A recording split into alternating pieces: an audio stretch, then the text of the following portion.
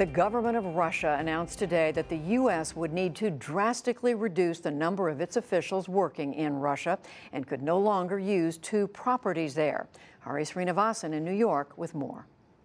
The move follows two American actions, both related to the Russian interference in the 2016 U.S. presidential election.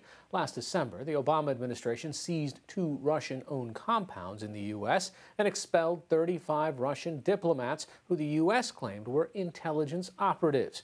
Yesterday, the U.S. Senate passed a bill that included new sanctions on Russia for its election hacking. That bill now awaits the president's signature or veto. With me now is special correspondent Nick Schifrin. Nick, in addition to what Judy just told us, what are the Russians demanding? Yeah, I mean, by September the 1st, the U.S. has to reduce its staff inside of Russia to 455. That's at the embassy in Moscow and 3 consulates around the country. And by Monday, they'll lose access to a storage facility inside Moscow, as well as a country house that they generally use right outside of Moscow. And Russia vows to punish them even more if the U.S. responds. And is the State Department concerned? Do we have lots more people there? Yeah, I mean, this is a major escalation because of the numbers of people who are there. Former U.S. officials tell me that there are anywhere from 1,100 to 1,500 staff in Russia. So to bring that down to 455 could mean expelling hundreds and hundreds and hundreds of U.S. staff. That is on a magnitude much higher than the expelling of 35 Russians believed to be intelligence officers by President Obama last year. And so clearly today's announcement is designed not to just affect U.S. ability to conduct intelligence in Russia, but the U.S. ability entirely, the U.S. government's entire ability to conduct its operations in Russia. But what are the Russians that you spoke to today telling you? Is this significant enough? Is this a turning point? It could be a turning point because it does seem to signify that President Vladimir Putin has given up his hope that the relationship could get better.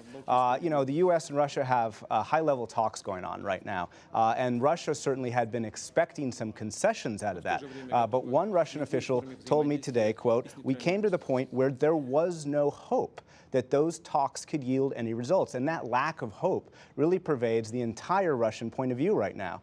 They hoped, perhaps expected, President Trump to improve the relationship. And other than some pro-Russian rhetoric, not much has changed. There's still country homes not returned to Russia. There's still sanctions. And as you mentioned, that congressional bill.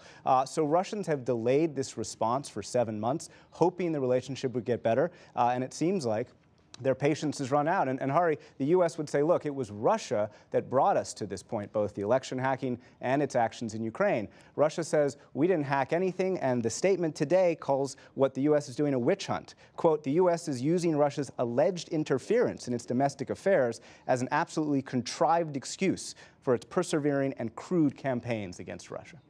Finally, put this in perspective. You just did a long series on Russia. Where is this relationship between the two countries in the longer arc?